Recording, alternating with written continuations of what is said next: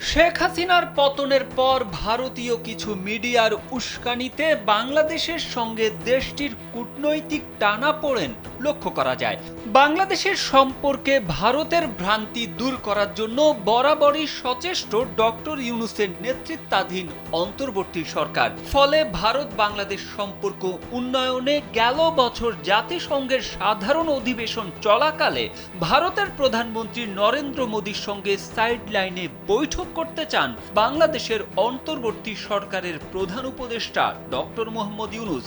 কিন্তু শেষ পর্যন্ত সেই বৈঠকটি আর হয়নি।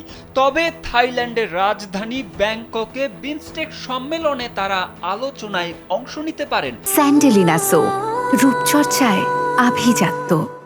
বৈঠকটি নিয়ে নানা আলোচনা চলছে।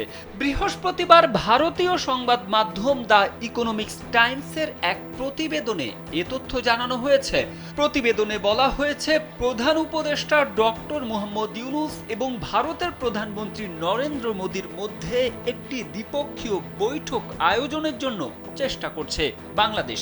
এজন্য তাদের সঙ্গে বাংলাদেশের পক্ষ থেকে যোগাযোগ করা হয়েছে।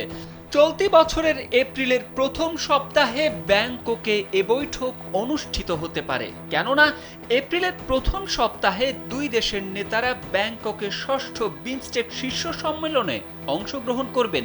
বাংলাদেশের অন্তর্বর্তী সরকারের পররাষ্ট্র বিষয়ক উপদেষ্টা মোহাম্মদ তৌহিদ হোসেন এএনআইকে জানান, আমরা ভারতের সঙ্গে কূটনৈতিকভাবে যোগাযোগ করেছি। বিমস্টেক শীর্ষ সম্মেলনের সাইডলাইনে দুই দেশের মধ্যে একটি দ্বিপক্ষীয় বৈঠক আয়োজনের চেষ্টা চলছে।